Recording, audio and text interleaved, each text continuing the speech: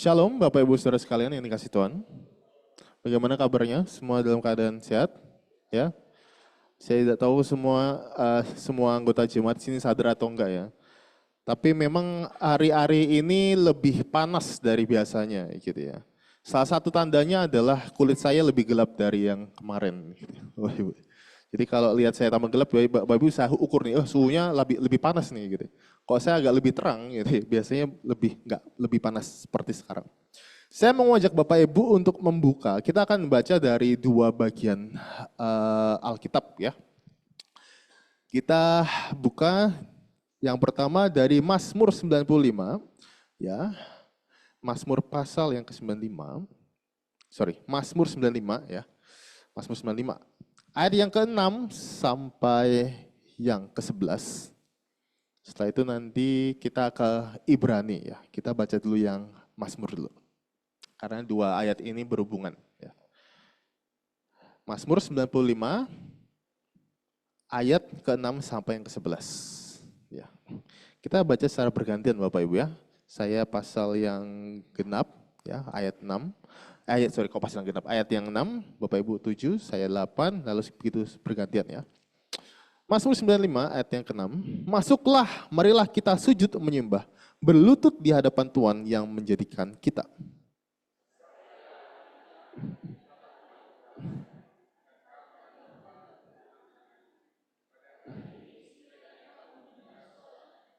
Janganlah keraskan hatimu seperti di Meriba, seperti pada hari di masa di padang gurun.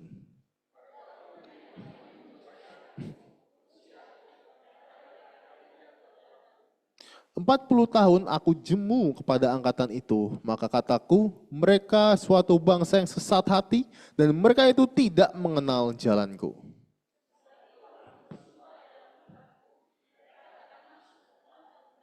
Sama-sama kita buka selanjutnya dari Ibrani, ya. Perjanjian baru, ya, Ibrani, pasal yang keempat, ayat yang ke-12 dan ke-13. Ibrani, pasal yang keempat, ayat yang ke-12 dan 13. Di bawah judul perikop, hari perhentian yang disediakan Allah, kita baca bersama-sama ayat 12 dan 13. 1, 2, 3. Sebab firman Allah hidup dan kuat dan lebih tajam daripada pedang bermata dua manapun. Ia menusuk amat dalam sampai memisahkan jiwa dan roh, sendi-sendi dan sumsum. Ia sanggup membedakan pertimbangan dan pikiran hati kita. Dan tidak ada suatu makhluk pun yang tersembunyi di hadapannya. Sebab segala sesuatu telanjang dan terbuka di depan mata Dia, yang kepadanya kita harus memberikan pertanggung jawab. Demikian bacaan firman Tuhan, bersabdalah Tuhan, kami mendengarkan.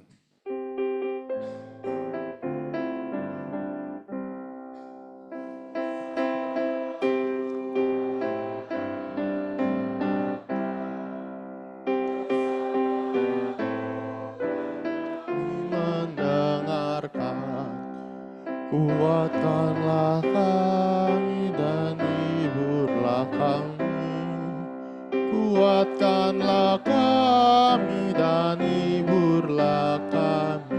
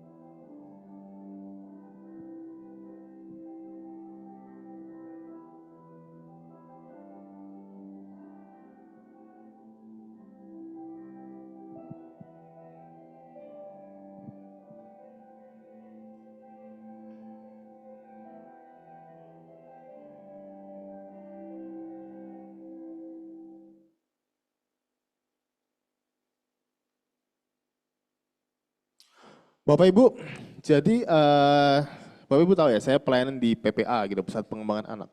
Di Sidokare gitu ya. Jadi setelah selesai PPA, biasanya anak-anak yang kelas besar itu biasanya nongkrong dulu gitu sampai malam gitu.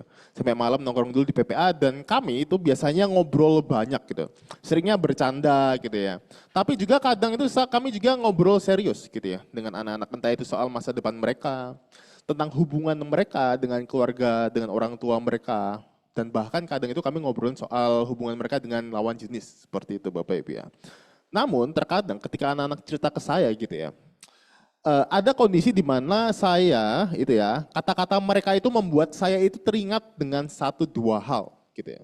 Sehingga waktu mereka ngobrol, ngomong panjang gitu ya, saya itu sudah tidak fokus lagi, sehingga saya itu sibuk dengan pikiran saya sendiri dan tidak mengerti apa yang mereka omongkan gitu. Jadi saya cuman iya iya iya. Pandangan saya kosong, padahal itu saya tidak mendengarkan mereka gitu ya. Kadang saya senyum-senyum sendiri, padahal saya nggak mendengarkan mereka. Saya hanya mencoba di dalam mode autopilot gitu ya, mode autopilot. Jadi itu saya mendengarkan, tapi sebenarnya saya tidak mendengarkan. Gestur saya, wajah saya, mata saya terlihat meyakinkan kalau saya itu mendengarkan mereka. Padahal di dalam pikiran saya tidak ada di situ. Saya itu tidak berada di situ sebenarnya pikiran saya. Meskipun tubuh saya di situ. Saya sibuk mengingat masa lalu saya, ataupun saya tuh kadang itu khawatir dengan masa depan saya gitu ya. Karena ada kata-kata mereka yang mungkin membuat saya terpikir dengan hal-hal tersebut gitu ya Bapak Ibu ya. Jadi Bapak Ibu, saya tuh mendengar tetapi saya tidak mendengarkan ya. I am hearing but I'm not listening gitu ya. Hear dan listen. Bapak Ibu, ini dalam bahasa Inggris, dua-duanya itu bisa diterjemahkan dengan kata mendengar. Gitu ya, dengan kata mendengar. Bapak Ibu tahu apa perbedaan antara hear dan listen? Ada yang tahu di sini? Ya Bu Erna? Ya betul Bu Erna. Hear dan listen itu perbedaannya apa? Jadi hear Bapak Ibu ya, kalau hear itu mendengar ya. Kalau kita lagi nongkrong di warkop misalnya gitu ya, lalu ada suara knalpot motor lewat, kita tidak bereaksi, kita diam saja dan tidak mengingat bunyi knalpot itu tersebut. Karena apa? Karena bunyi itu tidak penting dan tidak bermakna. Kita mendengar, itu hear. Jadi cuma bunyi doang tanpa makna dan menurut kita itu nggak penting. Gitu. Itu hear. Tetapi listen Bapak Ibu ya. Ketika Bapak Ibu duduk di situ, tiba-tiba datang orang. Bu, rumahnya kebakaran. Ketika Bapak Ibu mendengar itu, Bapak Ibu langsung paham gitu ya. Langsung mengerti, lalu bertindak lari ke rumah. Itu listen. Karena Bapak Ibu paham bahwa itu ada pesan yang penting dan ada maknanya dan harus ada tindakan yang dilakukan ketika mendengarkan pesan tersebut. Ya, bisa ditampilkan. Nah, Bapak Ibu saya mau berangkat dari fakta, Bapak Ibu ya, bahwa banyaknya orang Kristen yang menjadi pelaku kriminal, banyaknya anak-anak muda Kristen yang hamil di luar nikah, lalu banyaknya orang Kristen juga yang memfitnah, bergosip, dan juga melanggar kekudusan Allah. Dan menggunakan kebebasan mereka dengan tidak bertanggung jawab. Bapak Ibu, hal-hal tersebut menuntun pada sebuah kesimpulan. Dan salah satu kesimpulannya adalah banyak orang Kristen yang datang ke gereja, mereka hear God's word, mendengarkan firman Tuhan, but not listening. Tapi tidak sungguh-sungguh mendengarkan. Mereka hanya mendengar tetapi tidak sungguh-sungguh mendengarkan Bapak Ibu. Ya. Entah itu listening, entah itu reading ya, entah itu mendengar ataupun membaca. Tetapi Bapak Ibu poinnya adalah bagaimana kita itu berinteraksi dengan firman Tuhan. Banyak kita terdistraksi dengan dunia kita Bapak Ibu ya, sehingga kita itu tidak dapat mendengar atau membaca firman Tuhan dengan baik. Kalaupun kita mendengar dan membaca gitu ya, kita juga tidak mengerti. Kalaupun kita mengerti ya, kita sering tidak menjadi pelaku firman Tuhan. Bapak Ibu. Jadi kita stuck di dalam pemahaman tanpa ada perilaku yang berubah, tanpa ada tindakan yang mengikuti dari pemahaman tersebut. Terkadang Bapak Ibu itu merefleksikan siapa diri kita, Bapak Ibu ya. Saya mau tanya di sini, siapa di sini yang setuju bahwa Kristen itu adalah sungguh-sungguh agama? Siapa yang setuju di sini bahwa Kristen adalah agama, Bapak Ibu? Coba angkat tangannya, saya mau lihat. Yang setuju bahwa Kristen adalah agama? Ada di sini? Gak ada yang setuju bahwa Kristen adalah agama? Oke, ada 1, 2 gitu ya. Ada yang setuju bahwa Kristen adalah agama? Bapak Ibu seorang hamba Tuhan gitu, salah satu orang yang ahli di bidang apologetika gitu.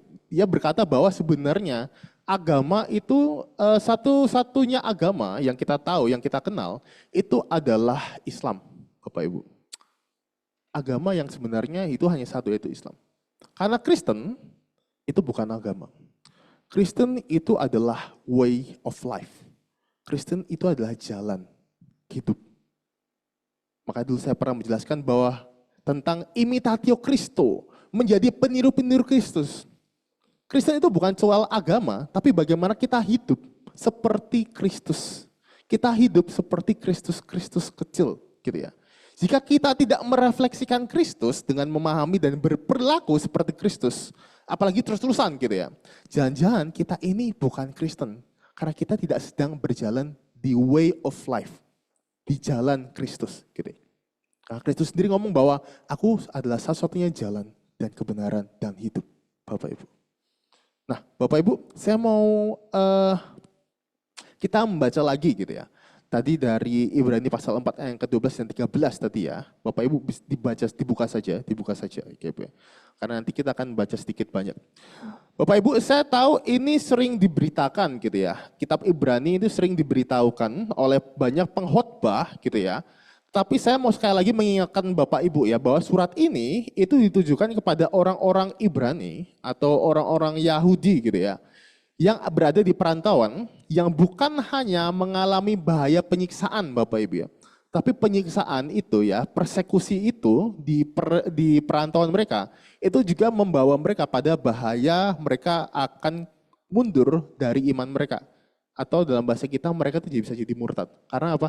Karena beratnya persekusi yang mereka hadapi, Bapak Ibu ya. Jadi penulis kitab ini menguatkan orang-orang Kristen Ibrani atau Yahudi supaya mereka tetap bisa teguh dengan menunjukkan bahwa realitas baru yang sesungguhnya itu adalah realitas yang dibawa oleh Kristus. Bukan yang dibawa oleh Musa maupun Yosua. Makanya Bapak kalau baca kitab Ibrani itu di awal itu Bapak Ibu, penulis Ibrani itu membandingkan antara Musa dengan Tuhan Yesus. Yosua dengan Tuhan Yesus. Jadi yang Musa Yosua dulu di sana itu adalah bayang-bayang. Yang sebenarnya yang sejati itu sudah ada di dalam diri Tuhan Yesus, Bapak Ibu ya. Nah, Bapak Ibu, pada masa itu Bapak Ibu ya, yang paling mengerti, bisa mengerti sekali dengan kitab Ibrani, itu hanyalah orang-orang Ibrani sendiri ya, orang-orang Yahudi sendiri. Karena penulis kitab ini banyak mengungkit apa yang tertulis di dalam tanah atau perjanjian lama yang sampai sekarang itu dipegang oleh orang Yahudi ya. Yang dimana orang-orang Israel itu familiar sekali dengan kitab tersebut. Bapak Ibu, saya mengajak kita untuk perhatikan Ibrani pasal yang pertama, pasal 4 ayat yang pertama. Ya, pasal keempat ayat yang pertama, coba Bapak Ibu perhatikan ya. Ya, firman yang hidup dan kuat. Saya bacakan untuk Bapak Ibu. Sebab itu baiklah kita waspada supaya jangan ada seorang di antara kamu yang dianggap ketinggalan sekalipun janji akan masuk ke dalam perhentiannya masih berlaku.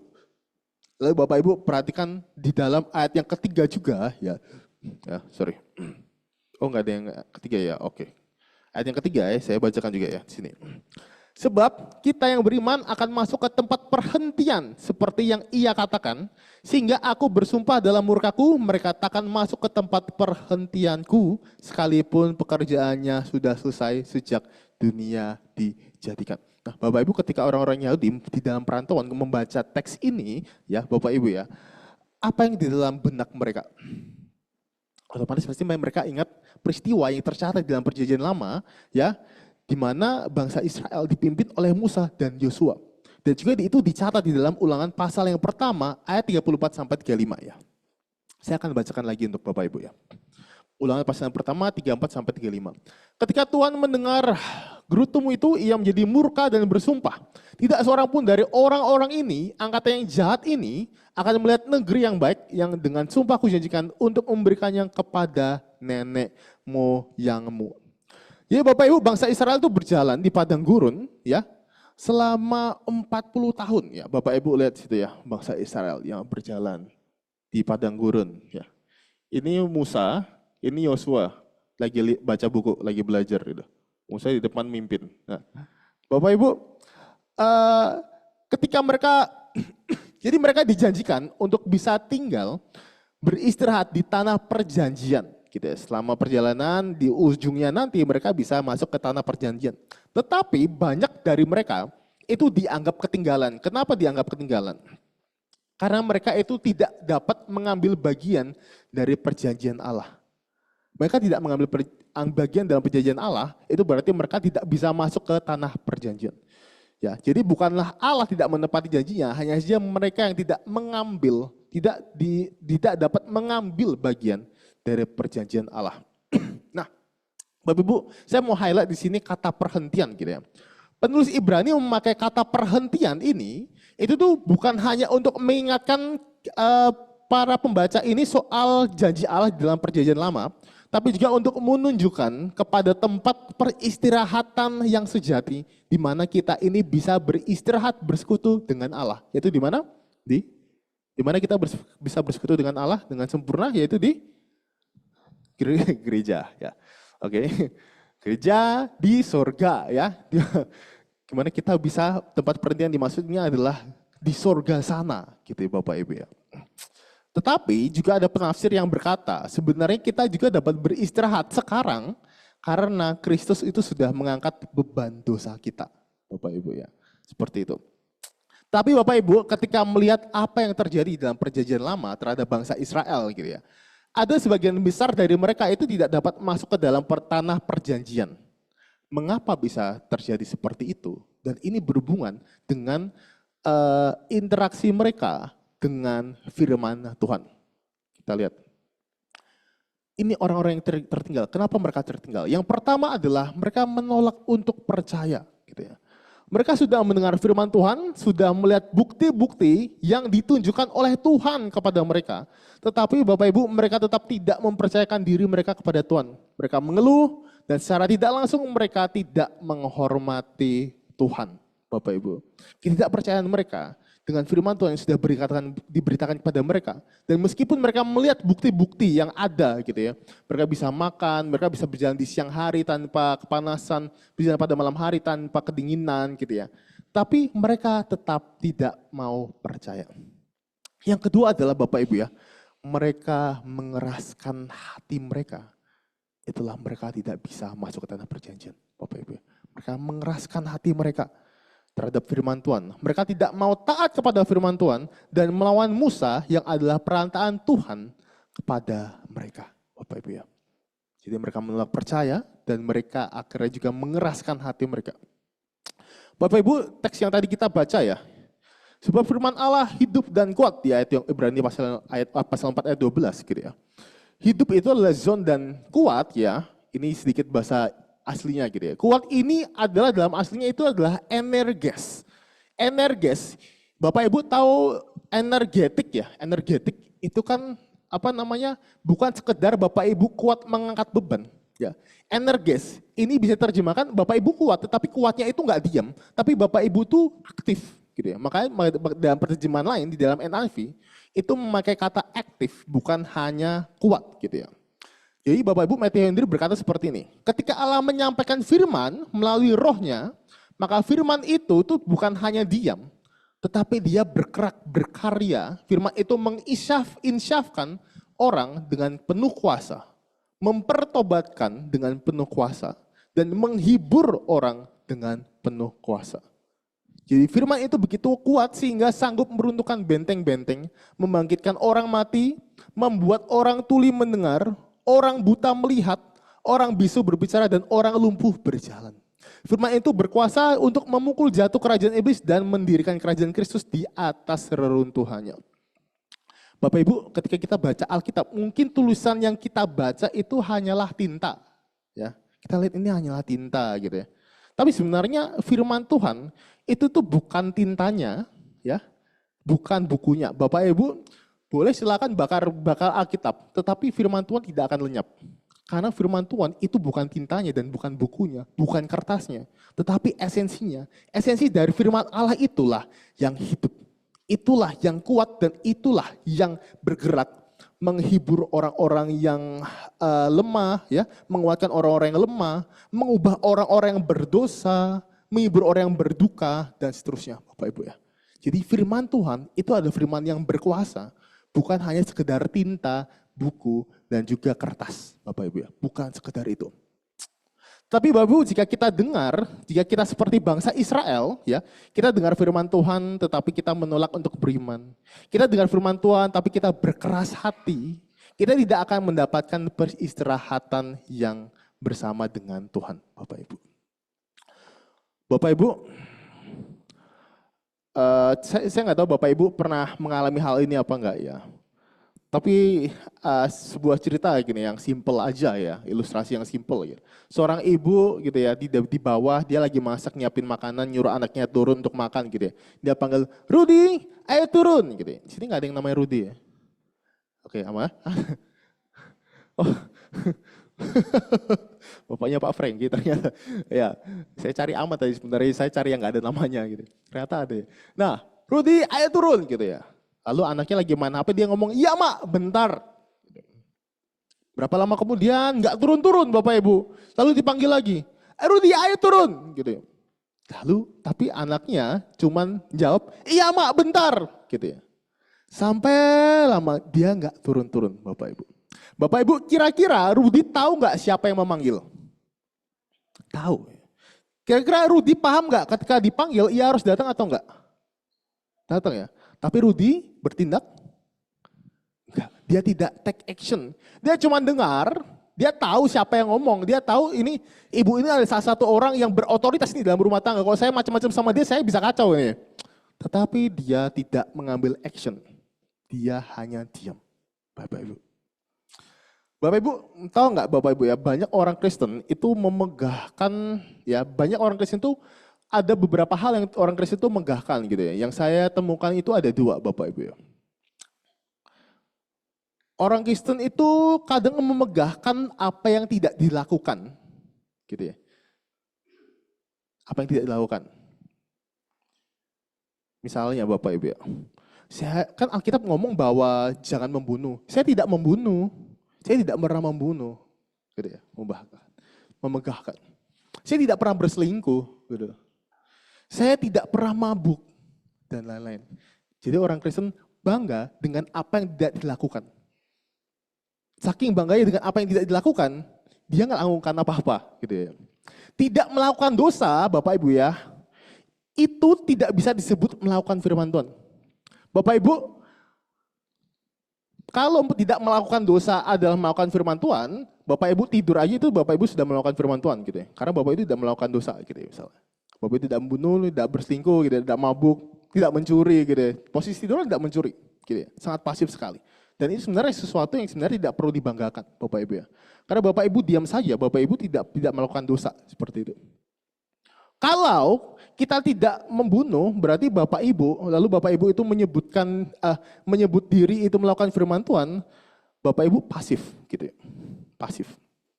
Nah, orang Kristen juga itu bangga, kadang itu bangga dengan yang disebut sebagai bare minimum. Ini biasanya anak-anak muda yang tahu nih, bare minimum itu biasanya dipakai di dalam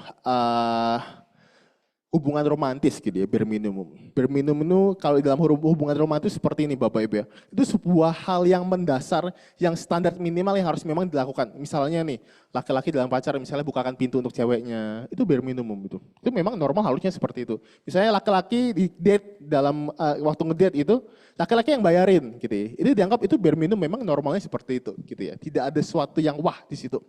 Nah, Bapak Ibu, kadang orang Kristen ini bangga dengan sesuatu yang sebenarnya itu bare minimum. Misalnya nih, ya saya sudah mengasihi anak saya gitu ya. Saya sudah memelihara keluarga saya, misalnya seorang bapak ngomong, saya sudah memelihara keluarga saya, tanggung jawab saya sudah kerjakan melihara anak saya, istri saya gitu, saya sudah lakukan. Atau saya sudah bantu sahabat saya kemarin itu, sahabat saya bantu dia kembali. Itu Bapak Ibu itu bare minimum. Itu tuh minimum, memang standar minimalnya memang seperti itu normal seperti itu. Tuhan Yesus berkata di dalam Alkitab ya, di dalam Injil ya, Tuhan Yesus berkata seperti ini ya, kalau kamu baik sama orang yang baik sama kamu, jasamu apa? Gitu ya. Seorang penjahat juga itu tuh waktu kalau dia punya anak, penjahat itu juga mengasihi anaknya. Gitu ya. Itu normal, hal yang normal Bapak Ibu. Jadi itu adalah hal yang natural, bukan sesuatu yang lebih gitu ya. Sama seperti Bapak Ibu baik kepada orang yang baik kepada Bapak Ibu, itu adalah sesuatu yang normal. Itu bukan sesuatu yang lebih Bapak Ibu. Dan itu sebenarnya bukan sesuatu yang kita tuh perlu banggakan. Gitu. Itu hal yang minimal. Ya. Ketika kita menjadi orang Kristen, ya, ketika Bapak Ibu memutuskan menjadi orang Kristen, selamat Bapak Ibu, standar kebaikan Bapak Ibu itu lebih tinggi daripada sekedar melakukan hal yang baik kepada orang yang baik sama Bapak Ibu. Bapak Ibu harus melakukan hal yang baik bagi orang yang menyiksa Bapak Ibu, melakukan hal yang baik pada orang yang membenci Bapak Ibu. Itu baru Tuhan Yesus dalam Injil mengatakan, itu yang dihitung sebagai jasa. Aku akan perhitungkan itu. Bukan hanya sekedar memelihara anak. Itu hal yang minimal, itu standar minimal Bapak Ibu. Dan itu adalah hal yang natural. Bahkan penjahat pun akan melakukan hal yang sama Bapak Ibu. Ya. Dan itu bukan sesuatu yang bisa dibanggakan. Maka dari Bapak Ibu, ketika Bapak Ibu mendengarkan firman, jangan sekedar hanya tidak melakukan dosa, do something, lakukan firman Tuhan. Bahkan dalam kitab Yakobus pun berkata seperti apa? Kalau kamu tahu bagaimana berbuat baik, tapi kamu menahan perbuatanmu itu, kamu salah. Gitu. Bapak Ibu tahu, Bapak Ibu bisa berbuat baik, tapi Bapak Ibu diam. Bapak Ibu sedang bersalah, Bapak Ibu ya. Harus melakukan sesuatu, bukan hanya sekedar cukup tidak berdosa saja.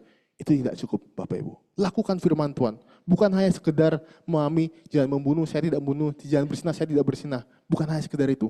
Do it, gitu ya Bapak Ibu ya. Karena Bapak Ibu ya, bahkan orang yang terlihat melakukan hal yang baik sekalipun, itu tuh belum tentu sungguh-sungguh baik Bapak Ibu ya. Saya tunjukkan lagi.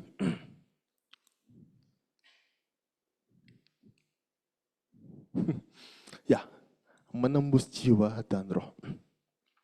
Bapak Ibu, Alkitab ya berkata gitu ya, bahwa kesalahan kita itu seperti kain kotor. Di dalam Yesaya pasal yang ke-64 ayat 6. Demikianlah kami sekalian seperti seorang najis dan segala kesalahan kami seperti kain kotor. Kami sekalian menjadi layu seperti daun dan kami lenyap oleh kejahatan kami seperti daun dilenyapkan oleh angin. Bapak Ibu, sebelah sini ya ini adalah kain kotor. Bapak Ibu tahu kain kotor ya? Kain kotor itu kain yang dipakai apa sih? Kain pakai lap ya? Oke. Ada lagi punya pendapat lain? Oke, Bapak Ibu tahu nggak sebenarnya kain kotor ini dalam bahasa aslinya itu adalah beget edim. Edim, itu adalah bahasa Indonesia itu adalah kain yang dipakai oleh perempuan pada masa dahulu ketika mereka menstruasi. Jadi dipakai untuk nampung darah. Lalu setelah itu dicuci, gitu ya, Bapak Ibu ya. Itu adalah kain yang dipakai wanita ketika mereka sedang menstruasi. Bapak Ibu coba bayangkan saya mencuci kain itu, gitu ya. Kain itu saya cuci bersih kok Bapak Ibu, saya cuci bersih. Saya itu Bapak Ibu lagi makan tuh saya taruh, ini kainnya untuk lap mulut. Ini kemarin saya dipakai untuk menstruasi sih, tapi bisa saya cuci bersih, jadi nggak apa-apa pakai aja untuk lap mulut. Bapak Ibu mau? Setelah tahu itu. Bapak Ibu, semenjijikan itulah kesalahan kita dan kebaikan kita di hadapan Tuhan. Bapak Ibu, seringkali kebaikan kita ini punya motivasi yang salah. Ya. Dulu sudah lama Bapak Ibu saya menjelaskan dengan teorinya Freud gitu ya, bahwa ada di dalam diri kita, itu tuh yang tidak kita sadari. Kita ini yang muncul di atas ini itu sebenarnya hanya permukaan saja. Di dalam kita itu ada suatu rahasia yang kita itu kadang itu nggak sadar. Dan itu mempengaruhi tingkah laku kita. Seperti itu Bapak Ibu ya. Dan saya juga menjelaskan di mana saking berdosanya manusia itu sampai nggak sadar bahwa dia itu berdosa. Manusia sampai nggak sadar kita itu berdosa gitu ya. Makanya banyak orang sana ketika mereka membunuh, mereka akan tetap membunuh. Mencuri tetap mencuri.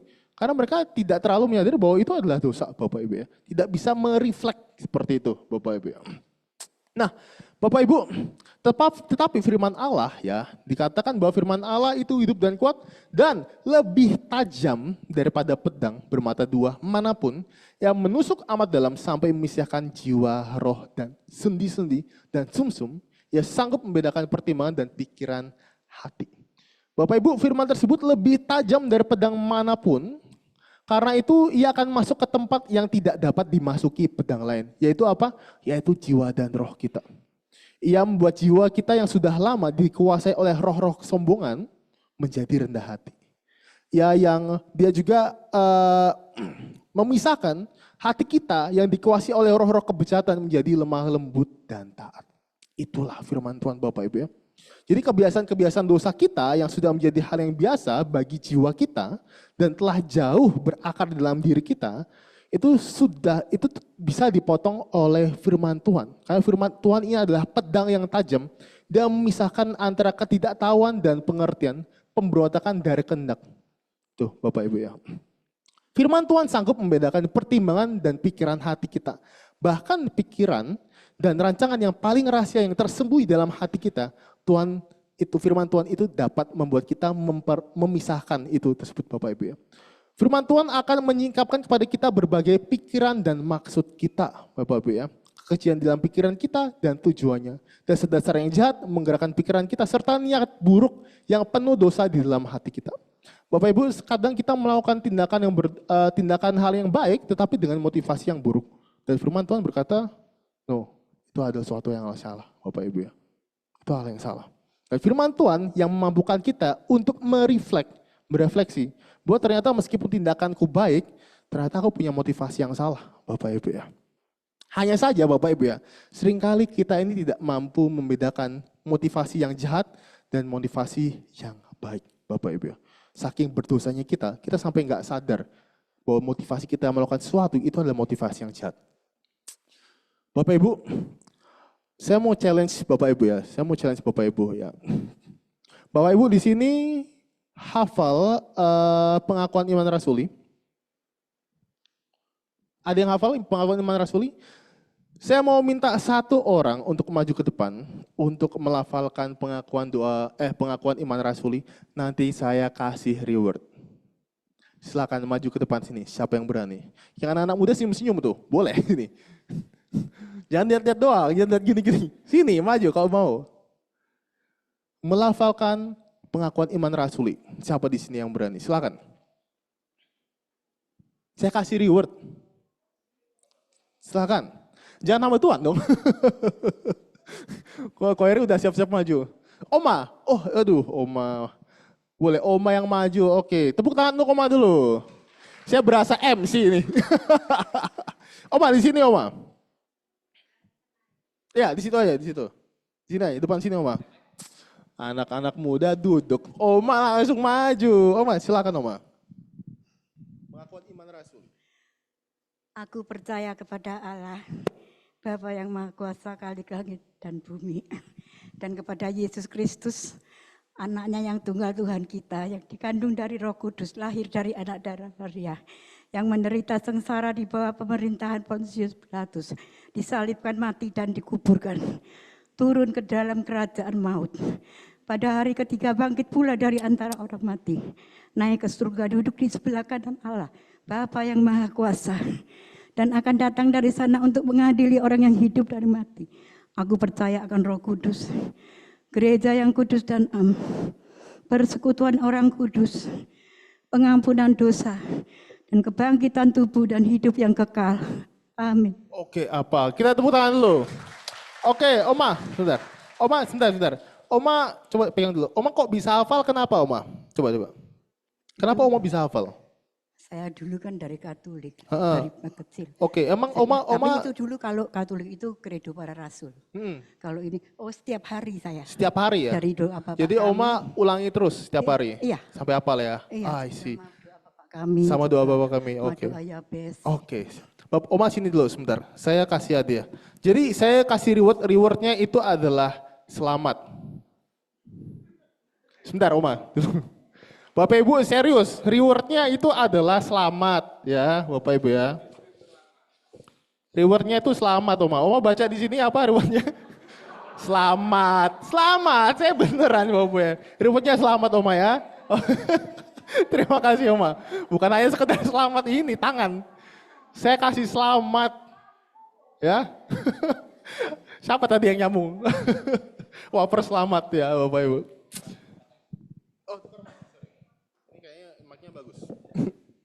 Ya, Bapak Ibu, Oma tadi ngomong sendiri, Bapak Ibu ya. Oma bisa hafal karena Oma itu mengulang-ulang terus setiap harinya, diulang-ulang terus. Bapak Ibu di dalam belajar ya, Repetition is the king. Pengulangan itu adalah raja. Sesuatu yang kita ulang-ulang terus, kita lakukan terus, itu lama-lama, sadar atau tidak sadar, itu akan menempel di otak kita. Sehingga di situasi-situasi tertentu, apa yang kita ulang, itu tuh bisa tiba-tiba itu muncul. Oma maju ke sini tanpa persiapan apa-apa. Saya nggak kasih tahu Oma nanti ini ya, maju untuk lafalkan pengakuan Imam Rasul ya. Enggak, saya nggak ngomong. Oma tanpa persiapan ketika langsung saya tantang, Oma langsung berdiri tanpa persiapan karena Oma sudah hafal gitu. Karena Oma sudah berulang-ulang membaca dan melafalkan itu. Bapak Ibu, terkadang keinginan-keinginan kita yang berdosa membuat kita itu lebih tertarik untuk berbuat dosa daripada melakukan firman Tuhan.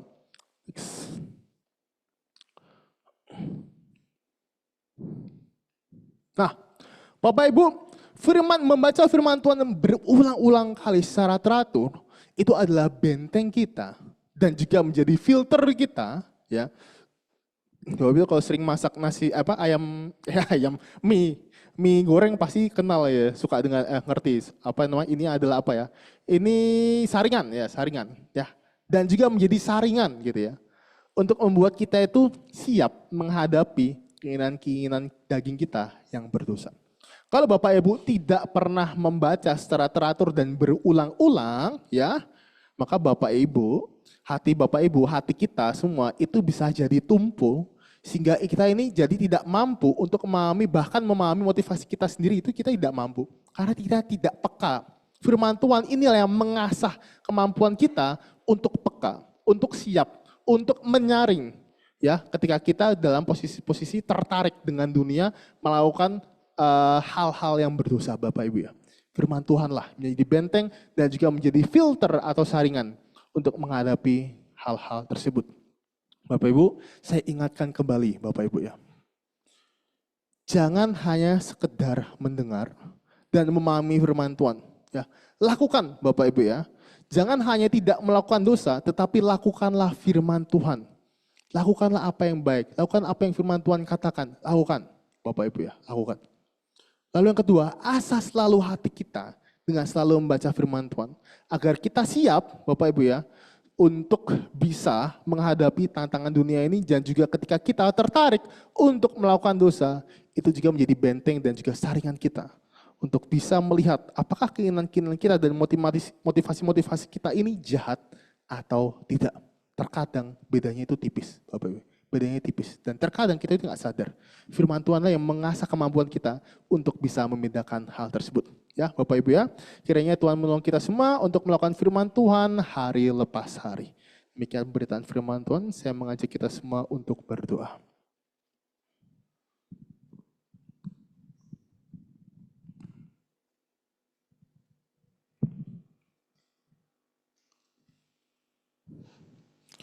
Bapak yang surga, kami bersyukur untuk firman Tuhan yang boleh kami dengar. Pada pagi hari ini mengingatkan kembali ya Tuhan, betapa pentingnya kami sebagai orang-orang Kristen untuk melakukan firman Tuhan.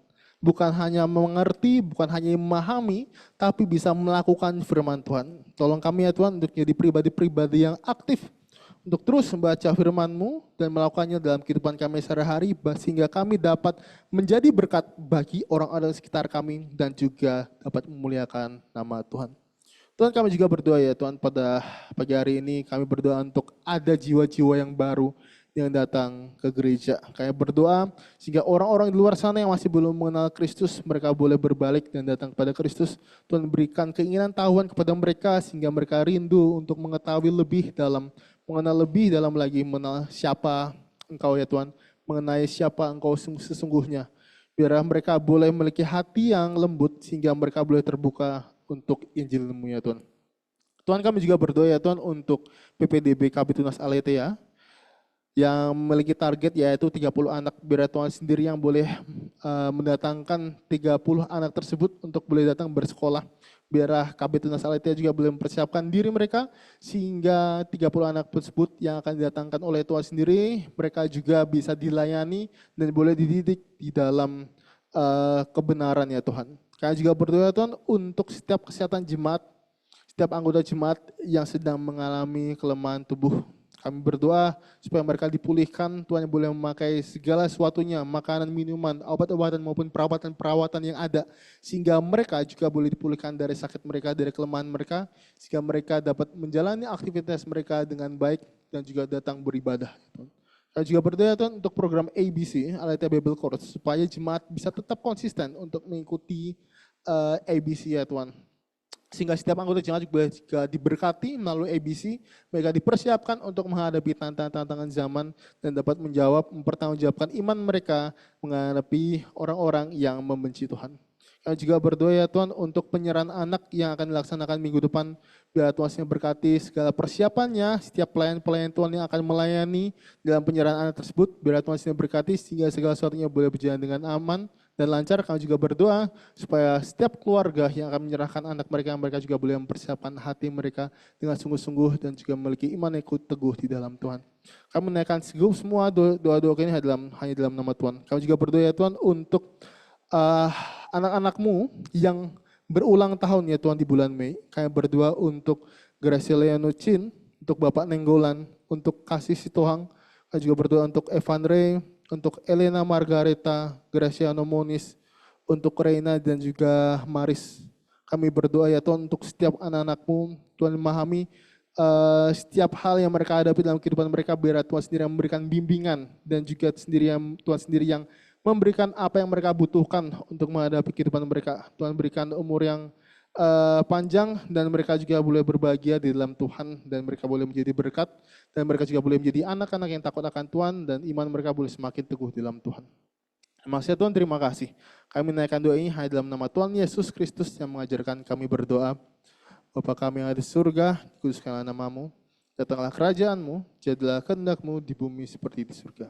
Berikanlah kami pada hari ini makanan kami yang secukupnya, dan ampunilah kami akan kesalahan kami, seperti kami juga mengampuni orang bersalah kepada kami. Janganlah membawa kami dalam cobaan, tapi lepaskanlah kami daripada yang jahat, karena Engkau yang punya kerajaan dan kuasa dan kemuliaan sampai selama-lamanya. Amin.